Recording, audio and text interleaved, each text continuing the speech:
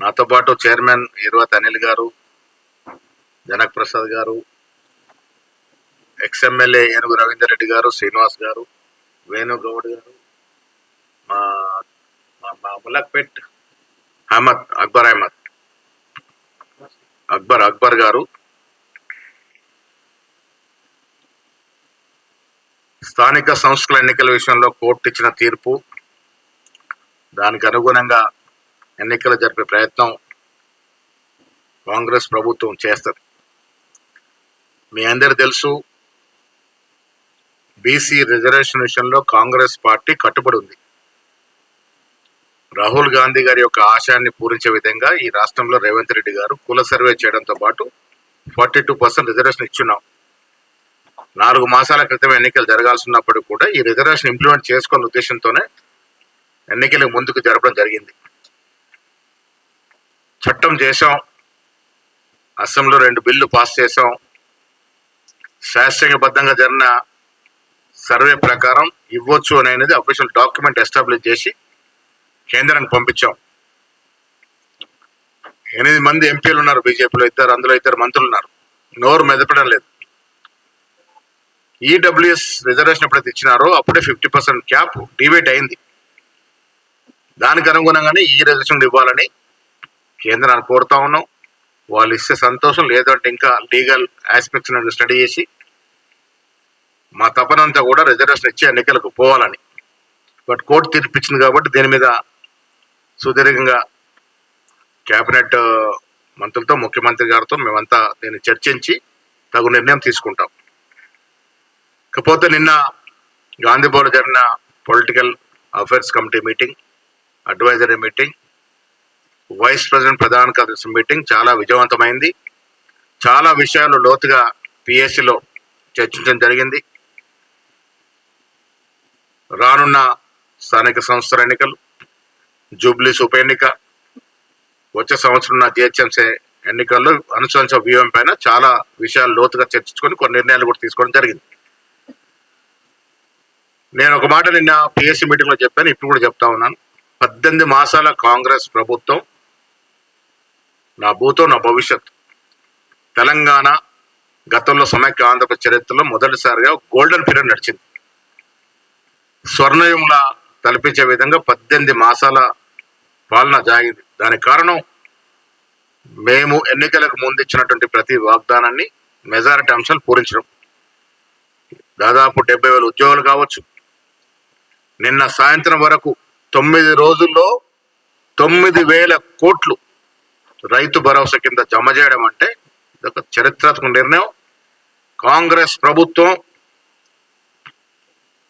వ్యవసాయదారుడికి, రైతుడికి వెన్నుముకగా ఉండి ముందుకు తీసుకెళ్తున్న సందర్భం. నిన్న జరిగిన పిఎస్ సమావేశంలో బట్టి గారు రైతు భరోసా కింద ఇచ్చినటువంటి నిధుల విషయంలో సుదీర్ఘంగా వివరించడం జరిగింది.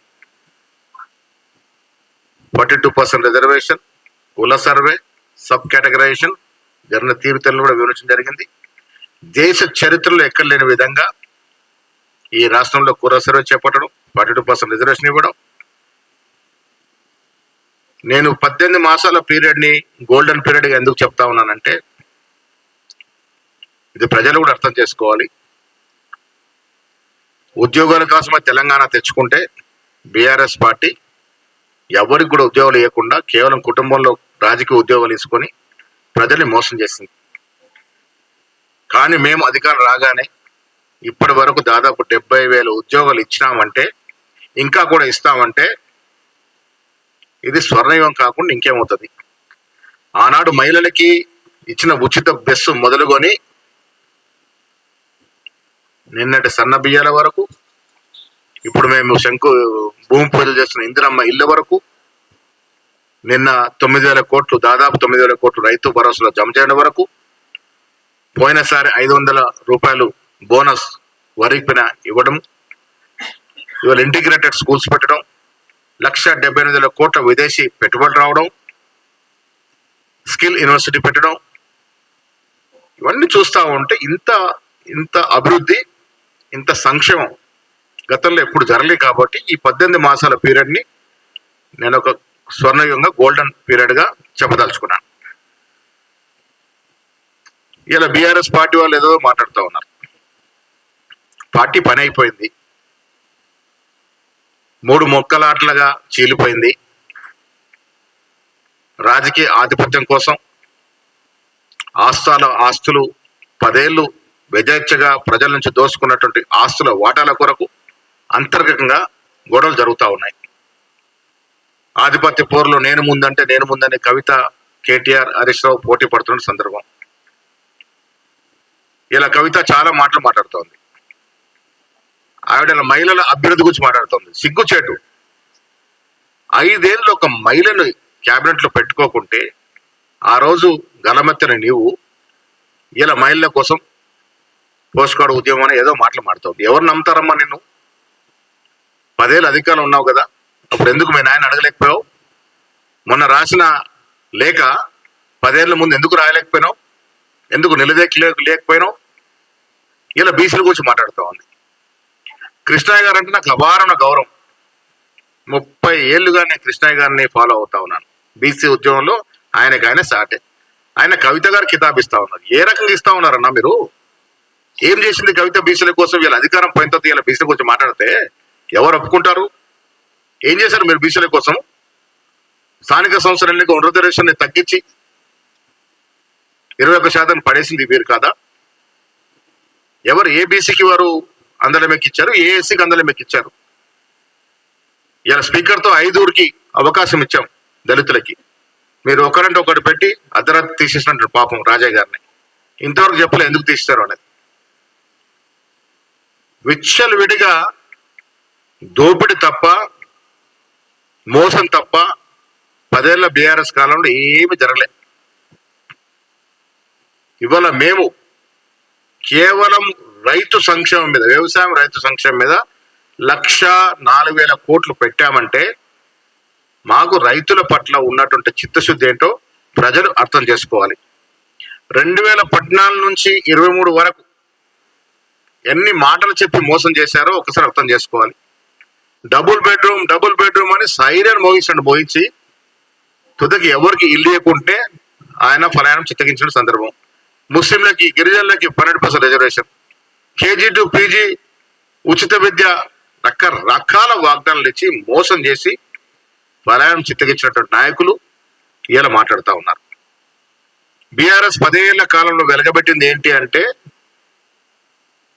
రాజ్యాంగానికి విరుద్ధంగా ప్రజాస్వామ్యాన్ని తుంగన తొక్కే విధంగా ఫోన్ ట్యాపింగ్ చేసినారు. కేసీఆర్, కేటీఆర్కి ఎవడిచ్చాడు హక్కు? మాలాంటి రాజకీయ నాయకులు యొక్క ప్రైవసీని దెబ్బతీసే హక్కు మీకు ఎవడిచ్చినాడు? సినీ తారల జీవితాల్లో, కుటుంబాల్లో తగాదాలు వచ్చి ఎంత దూరం పోయిందో మనం చూసాం. కేవలం ట్యాపింగ్ వల్ల. మీ అవసరాల కొరకు, మీ స్వార్థం కోసం సినీ తారలు కూడా వదలలే. సినీ తారల ఫోన్లో ట్యాపింగ్ చేసి సంసారంలో చిచ్చు పెట్టిన ఘనత బీఆర్ఎస్ ప్రభుత్వాన్ని. జడ్జిల్ని వదలలే, వారి మాట వినని బ్యూరోక్రాట్స్ వదలలే, తుదకి బీఆర్ఎస్ ఎమ్మెల్యేలు కూడా వదలలే. ఎవరు ఎటుపోతున్నారో అందరి మీద ట్యాపింగ్ పెట్టినట్టు సందర్భం. కొన్ని వేల ఫోన్లు ట్యాపింగ్ చేసినారంటే దేశ చరిత్రలో అతి హేయమైన చర్య ఇది. కేసీఆర్ బాధ్యత, కేటీఆర్ మాకేం సంబంధం? ఏదో లీగల్ నోటీస్ అని ఒక స్టేట్మెంట్ ఇచ్చినాడు. ఏంటి లీగల్ నోటీస్ మీరు ఇచ్చేది? మీరు మీ నాయన సంబంధం లేకుండానే ప్రభాకర్ రావు గారు ట్యాపింగ్ చేసినాడా? అసలు ప్రభాకర్ రావుని పెట్టింది ఎవడు? ఒక రిటైర్ అయిన అధికారిని దేశ చరిత్రలో ఎక్కడ లేని విధంగా ఇంటెలిజెన్స్ చీఫ్గా ఎట్లా పెడతారు? మీ అవసరాలు తీసుకోవడానికి కదా. అలాంటి రిటైర్డ్ అధికారిని పెట్టి, మీ అడుగులకు మడుగులొత్తే అధికారిని పెట్టి మాలాంటి ఫోన్లని ట్యాపింగ్ చేయడం అనేది నేరము. డెఫినెట్గా దీంట్లో ఎంతటి పెద్దవారైనా శిక్ష పడాల్సిందే. మీరు చేసిన నిర్వాహకం ఇంత అంత కాదు. కాళేశ్వరం ప్రాజెక్టు కట్టారు, లక్షల కోట్ల రూపాయలు ప్రభుత్వ ధనాన్ని దుర్వినియోగం చేశారు. ఇలా మళ్ళీ మేము తుమ్మిడాటి కడితే తప్ప ఆ ప్రాజెక్టు ఆచరణ సాధ్యం కాని ప్రాజెక్టుగా మిగిలిపోయే అవకాశం ఉంది. నాసి రకం కట్టడం వల్ల, కాంట్రాక్టర్ జేబులు నింపడం వల్ల బీటలు వారిపోతా ఉంది ప్రాజెక్టులు. ఒక్కటంటే ఒక్క ప్రాజెక్టు కూడా కంప్లీట్ చేయలే. ఇలా కాంగ్రెస్ ప్రభుత్వం వచ్చిన తర్వాత దక్షిణ తెలంగాణ, ఉత్తర తెలంగాణ ఉన్న ప్రాజెక్టులు మళ్ళీ పునర్జీవం పోసే ప్రయత్నం మా ప్రభుత్వం చేస్తూ ఉంది. 6.5 లక్షలు 7 లక్షల కోట్ల అప్పులో మీరు ముంచిపోయినా దాన్ని ఒకటొక్కటిగా సరిచేస్తూ కాంగ్రెస్ ప్రభుత్వం, రేవంత్ రెడ్డి గారు, భట్టి గారు, మంత్రివర్గం అంతా సుదీర్ఘంగా కష్టపడతా ఉంది. దాన్ని మేలు చేసే ప్రయత్నం చేస్తూ ఉన్నాం. చాలా విషయాల్లో 10 ఏళ్ళుగా వారు చెయ్యని మోసం అంటూ లేదు. అందుకే కవిత మొన్న అన్నట్టుంది బీఆర్ఎస్ పట్ల అంతా దయ్యాలు ఉన్నాయని. బీఆర్ఎస్ పట్ల దయ్యాలు ఉంటే కాంగ్రెస్ పట్ల దేవతలు ఉన్నారు. అందుకే సువర్ణ యుగం లాంటి పాలన నడుస్తూ ఉంది. ప్రజల కష్టాల్ని, ప్రజల బాగోగులను చూసే ప్రభుత్వం వచ్చింది కాబట్టి ఇవాళ వ్యవసాయదారులు కానీ, రైతు కూలీలు కానీ, ఎస్సీ ఎస్టీ బీసీ మైనారిటీలు కానీ, ఉద్యోగస్తులు కానీ, నిరుద్యోగులు కానీ అందరూ కూడా సంతృప్తిగా ఉన్నటువంటి ప్రభుత్వం అది నడుస్తూ ఉంది. ఇలా రోజు పత్రికలో ఉండాలని ఏదో మాట్లాడుతూ ఉన్నారు. హరీష్ రావు ఏదో మాట్లాడతాడు, కేటీఆర్ ఏదో మాట్లాడతాడు, కవిత ఉనికోసం ఆవిడేదో మాట్లాడుతూ ఉంది. మేము చాలా సందర్భాల్లో చెప్పాము. నిన్న ముఖ్యమంత్రి గారు సాక్ష్యంగా చెప్పారు, మీ 10 ఏళ్ల పాలన, మీ 10 ఏళ్ళు చేసిన అభివృద్ధి సంక్షేమం, మా 18 ఏళ్ల పాలన అభివృద్ధి సంక్షేమం మీద చర్చకు ఎక్కడికంటే అక్కడ సిద్ధము. అది రారు. సోషల్ మీడియాలో ఉన్నది లేనట్టుగా, లేనున్నట్టుగా అబద్ధ ప్రచారం. నేను రాష్ట్ర ప్రజలకి మీ ద్వారా విజ్ఞప్తి చేస్తా ఉన్నా, సోషల్ మీడియాలో వచ్చేది అంతా కూడా వాస్తవం కాదు. అభూత కల్పనతో సోషల్ మీడియా నడుపుతా ఉన్నారు. దయచేసి అర్థం చేసుకోండి. చాలా మంది తెలియని వాళ్ళు ఇది ఫోన్లో రాగానే వాస్తవం అనుకుంటారు. 60% అబద్ధాలతో కూడుకున్న సోషల్ మీడియాని అసలు నమ్మొద్దు. వాస్తవాలు తెలుసుకోవాల్సిన విజ్ఞప్తి చేస్తూ, నిన్న జరిగిన సమావేశంలో చాలా కీలకమైన నిర్ణయాలు వచ్చే ఎన్నికల గురించి కానీ, పార్టీ నిర్మాణం, నిన్న ఉపాధ్యక్షులు, ప్రధాన కార్యదర్శితో కూడా మీటింగ్ జరిగింది. అందరూ కష్టపడి పనిచేయాలని. ఇవాళ రేపటి నుంచి వారు క్షేత్రస్థాయిలో పోతా ఉన్నారు. ఈ నెల 4న ఖర్గే గారు హైదరాబాద్కు వస్తూ ఉన్నారు. వారితో పిఎస్ సమావేశం ఉంటుంది, ఎగ్జిక్యూటివ్ సమావేశం ఉంటుంది. సాయంత్రం మా గ్రామ కమిటీ అధ్యక్షులు, మండల కమిటీ అధ్యక్షులని వారు ఉద్దేశించి ప్రసంగిస్తారు. ఆ కార్యక్రమం ఉంటుంది. ఆ కార్యక్రమ నిర్వహణ కొరకు మా ఉపాధ్యక్షులు, ప్రధాన కార్యదర్శులు రేపు మార్నింగ్ నుండి వారికి అలాట్ చేసినటువంటి పార్లమెంట్లో, అసెంబ్లీ నియోజకవర్గాల్లో పోయి పనిచేస్తారు. దీనికి తోడు నిన్న ముఖ్యమంత్రి గారు, ఉప ముఖ్యమంత్రి గారు ఈ రాష్ట్రంలో జరుగుతున్న అభివృద్ధి సంక్షేమం గురించి అటు పిఎస్సిలోను, మా పార్టీలో అత్యున్నత బాడీ అయినటువంటి పొలిటికల్ అఫైర్స్ కమిటీలో వివరించడం జరిగింది. వైస్ ప్రెసిడెంట్ జనరల్ సెక్రటరీ కూడా వివరించడం జరిగింది. అన్ని కార్యక్రమాలు కూడా సజావుగా జరుగుతూ ఉన్నాయి. ఇది గోల్డెన్ పాలన ఈ రాష్ట్రంలో కాంగ్రెస్ ఆధ్వర్యంలో జరుగుతూ ఉంది.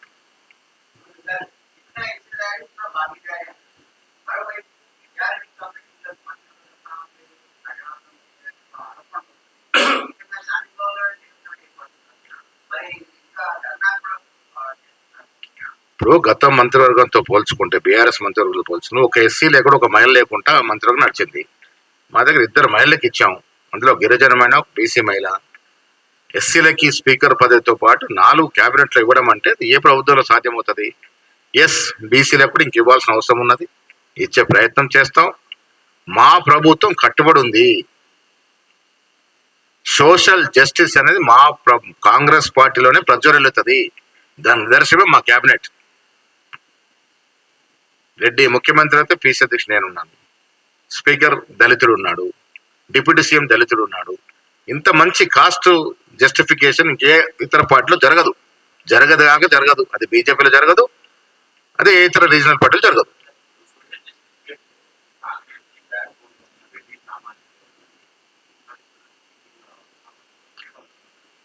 ఈ రాష్ట్ర అధినేత ఎవరున్నారు?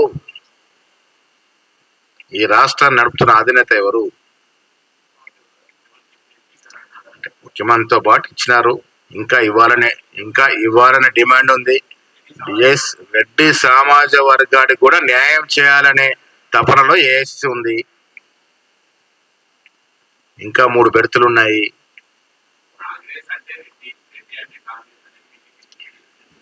కాంగ్రెస్ అంటే అందరిది, కాంగ్రెస్ అంటే అందరిది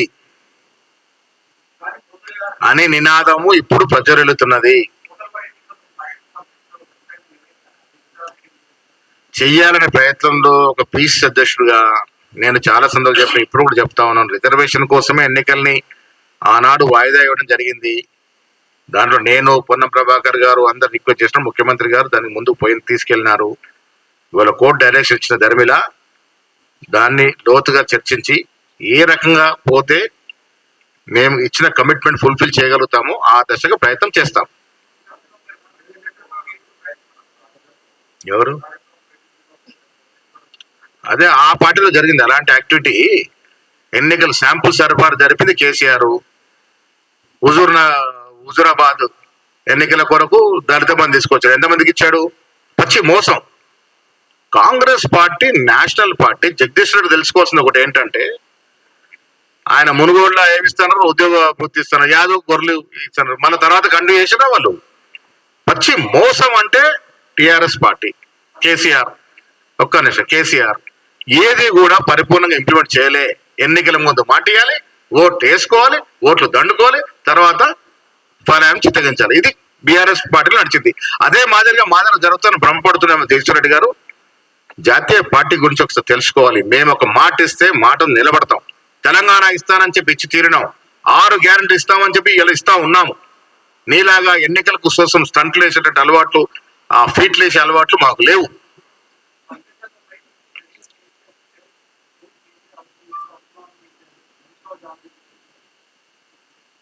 వాళ్ళది మా స్థాయి పెద్దది అనుకుంటే ప్రజలు ఎందుకు తిరస్కరిస్తారు? మరి కేసీఆర్ నేను కేసీఆర్ ఉద్యమంలో ముందు నడిపిన నాయకుడిగా నేను గతంలో చెప్పాను, అభిమానిస్తాం. కానీ 10 ఏళ్ళు మీరు పాలన చేసిన తర్వాత ప్రజల్లో మీ పట్ల ఉన్న ఆదరణ ఏంటి? ఇంత దోపిడీ జరిగిన తర్వాత మీ పట్ల ఉన్న ఆదరణ ఏంటి? హరీష్ రావు భాగస్వామ్యం కాదా కాళేశ్వరం దోపిడీలో? బనకచెర్ల విషయంలో నేను మొన్న కూడా చెప్పాను, మనకు రావాల్సిన వాటా విషయంలో ఎక్కడ కాంప్రమైజ్ లేదు. కాంప్రమైజ్ ఎందువరు? బీఆర్ఎస్ ప్రభుత్వమే కదా గతంలో. సంతకం పెట్టింది ఎవరు? హరీష్ రావు కదా. కృష్ణా వాటర్స్ మీద హరీష్ రావు కదా సంతకం పెట్టింది. 968 టీఎంసీ కొరకు ఎందుకు మీరు పట్టుబడలే? చంద్రబాబు ఉంటే ఇంటికి చంద్రబాబు నుంచి భోజనం పెట్టుకుంటారు, జగన్మోహన్ రెడ్డి ఇంటికి వెళ్ళి చేపల పులుసు తింటారు. ఎవరిచ్చారు జీవోలు అప్పుడు? ఏది దీంట్లో జగన్మోహన్ రెడ్డి అడిగితే ఏది అది రెగ్యులేటరీ హెడ్ రెగ్యులేటరీ పోతిరెడ్డి పార్టీకి పట్టుకోమని అదనంగా పెంచుకోమని ఇచ్చిన జీవో ఎవరిచ్చారు? అది కేసీఆర్ కదా. జగన్మోహన్ రెడ్డి గారు ఇక్కడికి వచ్చి భోజనం చేసి పోయిన తర్వాత జీవోలు ఇచ్చాడు కదా తెల్లారే. మీరు రాష్ట్ర అవసరాలని, రాష్ట్ర హక్కుల్ని తాకట్టు పెట్టి ఇలా ఏదో మాట్లాడతామంటే ప్రజలు నమ్మే పరిస్థితి లేరు. ముఖ్యంగా నీటి విషయంలో, అది గోదావరి నీటి వాటా కావచ్చు, కృష్ణా జలాల నీటి వాటా కావచ్చు, కాంగ్రెస్ పార్టీ అప్పుడు గతంలో మేము అధిక ఉన్నప్పుడు కాంప్రమైజ్ కాలే, ఇప్పుడు కాంప్రమైజ్ కాము. అది ఏ రకంగా పరిష్కరించుకోవాలో అన్ని సుదీర్ఘంగా ఆలోచించి తీసుకుంటాము. అక్కడ కట్టనిచ్చే అవకాశమే లేదు. మేము కట్టడానికి పర్మిషన్ ఇచ్చే అవకాశమే లేదు. కేంద్ర ప్రభుత్వం దగ్గర కూడా వీళ్ళు కాంప్రమైజ్ అవ్వడం వల్ల వాళ్ళకు వెసులుబాటు దొరికింది గతంలో.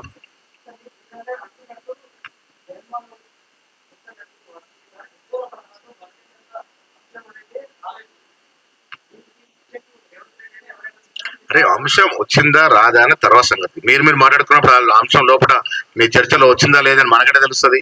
సీక్రెట్ గా మీటింగ్స్ పెట్టుకున్నారు కదా మీరు. నేనేమంటానంటే, ఇప్పుడు కృష్ణా జలాల విషయంలో 299 కదా ఆయన సంతకం పెట్టింది, హరీష్ రావు గారు సంతకం పెట్టారు. ఎందుకు కాంప్రమైజ్ అయినారు? ఇప్పుడు మిగులు జలాల్ని మాత్రమే ఆంధ్రప్రదేశ్ వాడుకోవాలి. ఎప్పుడు మన దగ్గర ప్రాజెక్టు పూర్తయి మన ప్రాజెక్టుకు సరిపడా నీరు వచ్చిన తర్వాత ఆ పొర్లి నీరుని వాడుకోవాలి వారు.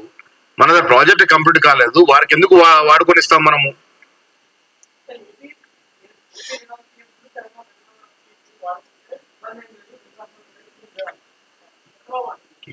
ఇబ్బంది లేదని వాళ్ళంటే కాదు కదా, మన ఇబ్బందులను మేము లోతుగా అధ్యయనం చేసుకోవాలి కదా. బనకచెర్ల విషయంలో లోతుగా అధ్యయనం చేసుకొని ఆల్రెడీ క్యాబినెట్ లో డిస్కస్ చేశారు. ఇంకా కొద్దిగా దాని మీద కసరత్తు చేయాల్సింది. చేసిన తర్వాత ఒక నిర్ణయం ప్రకటిస్తాం.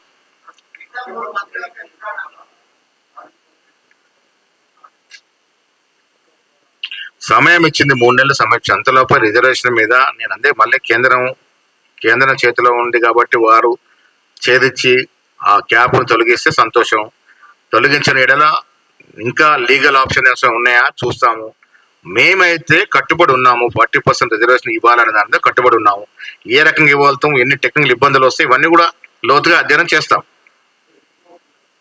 మాట్లాడతాం. ఇప్పుడు ఇవాళ కోర్టు జడ్జిమెంట్ ఇంకా పరిపూర్ణంగా జడ్జిమెంట్ వచ్చిన తర్వాత, ఆ జడ్జిమెంట్ చూసిన తర్వాత మళ్ళీ ముఖ్యమంత్రి గారితో, మా ఇన్ఛార్జ్తో, క్యాబినెట్ మినిస్టర్లు అందరితో మాట్లాడిన తర్వాత నిర్ణయం తీసుకుంటాం.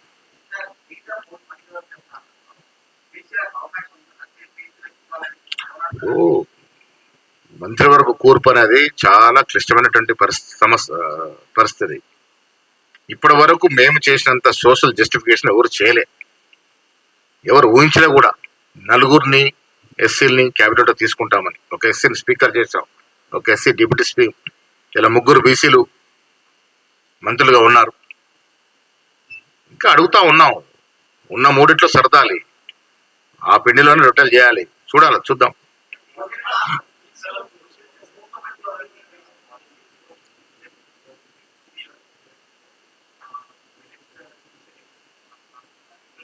Yeah, there is a demand. No. There is a demand, and next cabinet, a Muslim minority will be adjusted in the cabinet. That for I'm sure. పోటీ మేం చేయకుండా ఎవరు చేస్తారండి? పోటీ చేయడం కాదు, గెలిచేది కూడా ఖాయమే. మేము ఎప్పుడు అనలేదు. ఈ ఆనవాయితీని దుర్మార్గంగా తెంచింది ఎవరని అడుగుతా ఉన్నాను.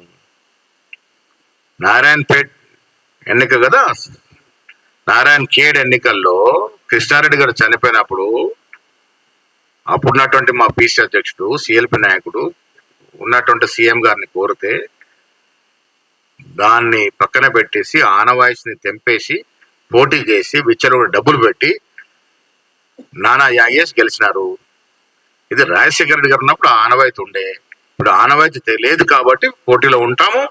ఉండడమే కాదు, జూబ్లీ హిల్స్ ఎన్నికల్లో గెలిచి తీరుతాం. తర్వాత ఇప్పుడు ఎన్నికలు అనేది గెలుపోవటం సహజము, గెలుస్తామని ధీమా ఉంది, గెలుస్తాం కూడా. Thank you.